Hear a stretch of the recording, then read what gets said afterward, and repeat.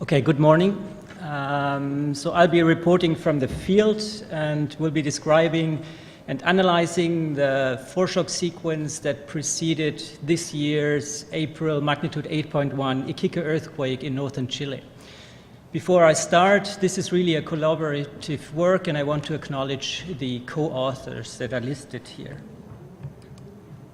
So I will briefly talk a little bit about the main shock and then also look at interseismic deformation and derive plate locking in particular, and look how plate locking relates to the main shock and also to the foreshocks.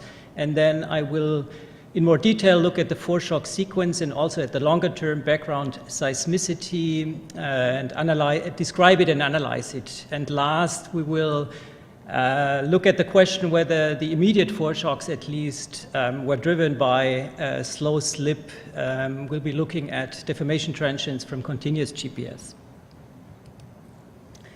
So in the South American subduction margin is usually breaking in several 100-kilometer long segments with magnitude 8 or larger earthquakes. And all of these earthquakes, or all of the margin, actually, all of these segments have been breaking in the last 100 years, except of this piece in northern Chile here, this gap left behind by the 1877 magnitude 8.8 earthquake. This seismic gap was monitored since 2006 by the Integrated Plate Boundary Observatory in Chile. And this is why this year's Iquique earthquake was exceptionally well recorded by broadband and strong motion sensors and also continuous GPS. On the right side, I show the cumulative slip of the main shock and also the largest aftershock, a magnitude 7.6 event 3 days later, just to the south of the main rupture. We have a simple bullseye pattern with a maximum slip of about 4.5 meters. Let's look at the rupture in a bit more detail. So we looked at the main shock rupture in two ways, using a kinematic inversion, using both teleseismic waves and also strong motion waves, and static displacement from the GPS measurements, and also back projection technique using US array data to back project the high frequency radiation from the rupture. The results from a kinematic inversion are these easy lines of constant slip rate, colored according to the rupture time, and the results from the back projection are these diamonds, also colored in the same color scale in time, showing the maximum semblance. And it's maybe a little bit difficult to interpret, but it mainly shows that the rupture was propagating from the hypocenter down deep towards the southeast at accelerating rates. Now let's look how that relates to the interseismic locking. On the right side, there's a model of interseismic locking derived from a large data set of interseismic deformation using both continuous and campaign mode GPS measurements. And pretty much the whole seismic gap is strongly locked where we have good resolution near the coast, also including our rupture region of the Iquique earthquake, approximately between Pisagua and Iquique.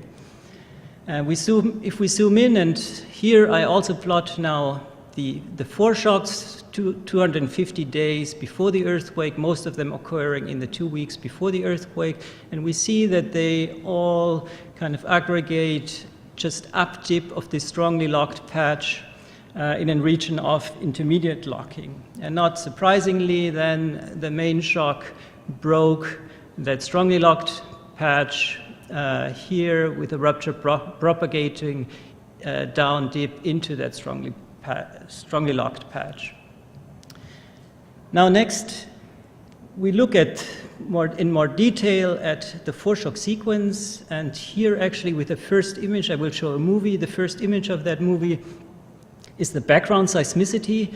So these are 7 years of seismicity from 2007 to 2013 to just 3 months before the main shock, including 3 earthquakes on the subduction interface of magnitudes larger than 6. So the region was actually quite active before.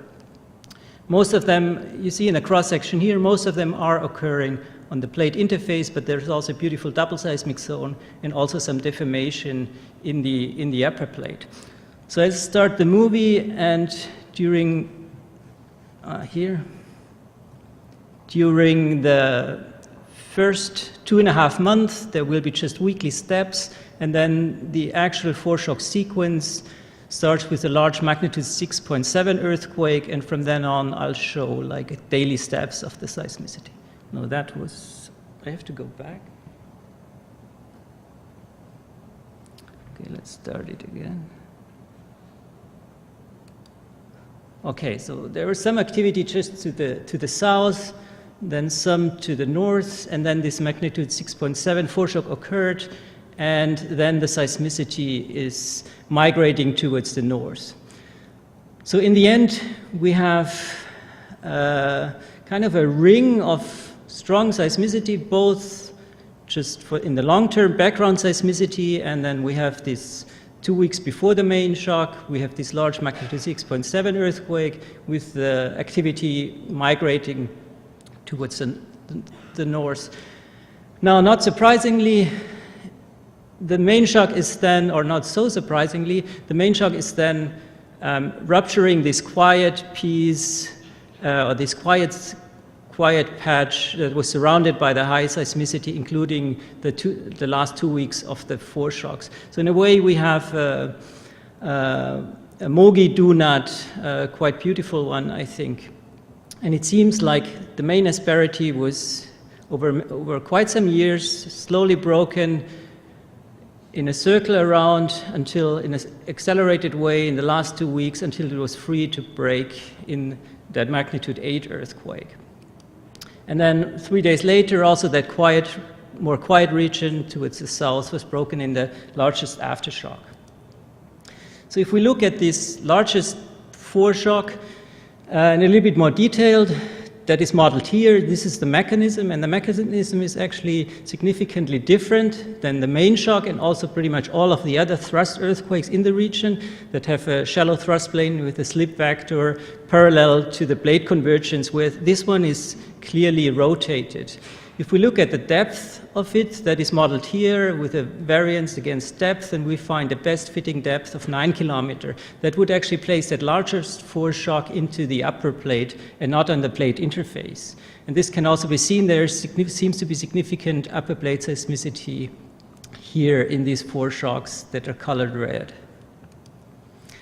So let's look at the long-term pre-seismic seismicity in a little bit more detail. This is a map of the B value, or the spatial variation of the B value.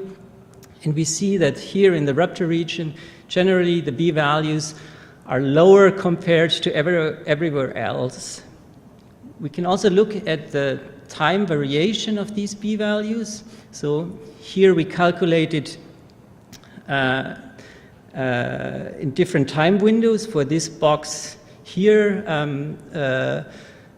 capturing the source region, and we see that the B value starts to drop about 3 years before the main shock, from about 0.75 to 0.6 just before the main shock.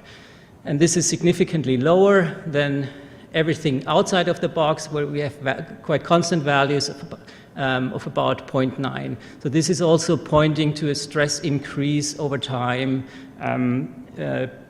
starting about 3 years before the main shock. So next we model the background seismicity, also again inside this box in the rupture region, using an epidemic type aftershock sequence modeling, ETAS modeling, that is shown here. The cumulative event numbers observed are in black and the modeled ones in red. And this allows us to separate actually the background seismicity from earthquakes belonging to a main shock and aftershock sequence. And some 60% of the entire seismicity is background seismicity, so seismicity not related to main shock aftershock sequences. And we see that is plotted here in gray, and we see that this background rate is not constant, But we see, or we identify 4 phases. First, constant rate starting, then we get a period of quiescence or quite low rate, then lastly a recovery rate, and during the last weeks before the main shock, a strong acceleration. And such a sequence of quiescence, recovery, and acceleration is quite typical, or has been modeled to be typical for stress accumulation. And the quiescence actually starts about the same time as the V value starts to drop. So it seems that the rupture was prepared some 3 years before the main shock. So now I think the important question is what drives these foreshocks, and particularly maybe in the acceleration phase, the weeks or the month before the main shock. And we are here, well, a natural candidate in a subduction environment is slow slip, and we had very good continuous GPS coverage of the rupture region. So let's have a look if we can see something here. These are the daily time series of the 5 coastal stations closest to the rupture here. They're detrended, so the interseismic deformation signal is removed, and we see quite clearly that there is a deformation transient pretty much exactly starting at the date of the largest foreshock, this magnitude 6.7, and then lasting for the 2 weeks until the main shock. However, if we look at the coseismic predictions, the displacements for the largest foreshocks, we see that the time series are quite well modeled by this prediction. So considering both the uncertainties in the source parameters of the foreshocks and also the GPS, there's little, if any, space for aseismic deformation. So yeah, I come to the conclusions. The Iquique earthquake broke a compact locked patch. The main shock was preceded by a long foreshock sequence, culminating in a large 6.7 earthquake. And we've seen that the foreshocks and the background seismicity skirt the future rupture patch, producing kind of a moggy donut. The rupture region exhibits low B values that dropped over the 3 years preceding the earthquake. And in the background seismicity, we see distinct phases of quiescence, recovery, and acceleration, indicative of stress accumulation. And from the GPS measurements, also we see deformation transients. However, they can be well explained by the coseismic deformation. Thank you.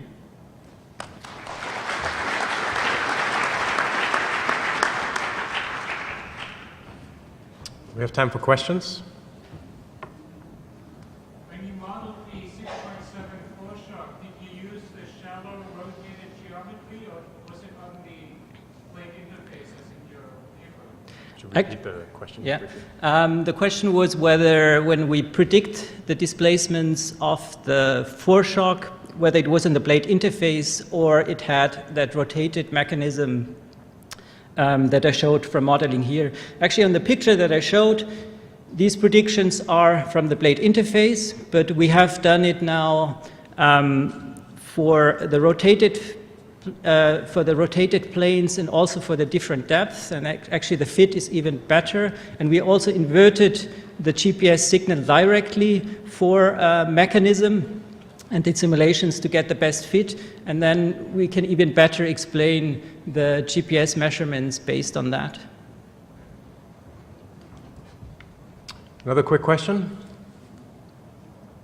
I'm sure you know there was a science paper that concluded that there was very large seismics that might comment on what you think the difference in your analysis. Could you repeat the question again? Yeah, the question was, there was another paper that had different conclusions that actually said that they see aseismic deformation preceding that. I don't know the details. One thing that they did, they only modeled the largest foreshock, this magnitude 6.7, and there were quite a few more foreshocks larger than magnitude 6. But yeah, all I can say from our modeling, it seems within the uncertainties of both the GPS measurements and the source mechanisms, there's really little space for aseismic deformation. Emily? There was a second difference, as I understood it, between the papers about the reference base station. Can you comment on that? The reference base station for... When the GPS reference base station, where you were referencing your stationary base station, that seems to have made a difference. And I was wondering if you could comment on that. Well, I didn't do the GPS processing. We have actually redone it since the paper. I don't know the details about it, but it didn't change the GPS or the displacement measurements in any significant way.